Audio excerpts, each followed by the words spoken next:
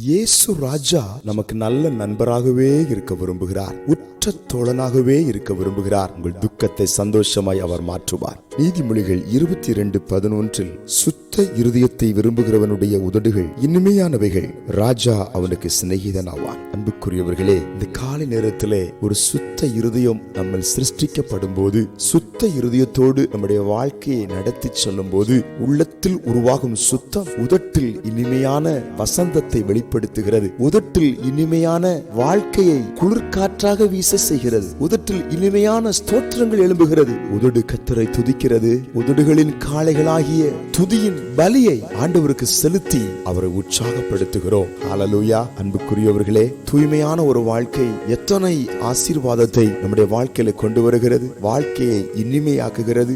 ராஜாவை நமக்கு சிநேகிதராக மாற்றி தருகிறது. இந்த காலை நேரத்தில் சொல்லுவோம், ஆண்டவரே, எங்கள் வாழ்க்கை இனிமை உள்ளதா இருக்கும். இயேசு ராஜா எங்கள் சிநேகிதராக தொடர்ந்து இருப்பீர்கள். நாங்கள் தூய்மை உள்ள வாழ்க்கை வாழ எங்களை உம்முடைய கரங்களில் தருகிறோம் என்று தாரை வார்க்கும் போது அதுவே ஆசீர்வாதம். இந்த காலை நேரத்தில் உலக பிரகாரமாய் எல்லா நண்பரும் நம்மை விட்டு போவாங்க, நம்மை தூற்றுவாங்க, நம்மை நாற்றுவாங்க, நம்மை காயப்படுத்துவாங்க. ஆனால் உண்மையாய் நம்மை நேசிக்க அன்பு நிறைந்த இரட்சகராகிய ஆத்தும நேசராகிய இயேசு ஒருவரே நமக்கு நல்ல சிநேகிதர், நல்ல நண்பர். அதை மறந்து போகாதிருங்கள். அவரை உங்கள் வாழ்க்கையிலே வரவேற்று அவர் விரும்புவதை, அவர் எதிர்பார்ப்பதை நாம் கொடுத்து அவரை பரிசுத்தோடு ஆராதித்து பரிசுத்தமாய் வாழ்ந்து கனம் பண்ணி முன்னேறும் போது நம்மை அளவில்லாமல் அவர் ஆசீர்வதிக்கிறார். நிச்சயமா இந்த நாள் உங்களுக்கு ஒரு ஆசீர்வாதமான நாளாய் அமைந்து விட்டது. ஆமென். இனிமையான நாளாய் அமைந்து விட்டது. கலங்காதிருங்கள். ஜெபிப்போம். எங்கள் பரலோக பிதாவே, இப்பொழுதும் இயேசு ராஜாவை நண்பராக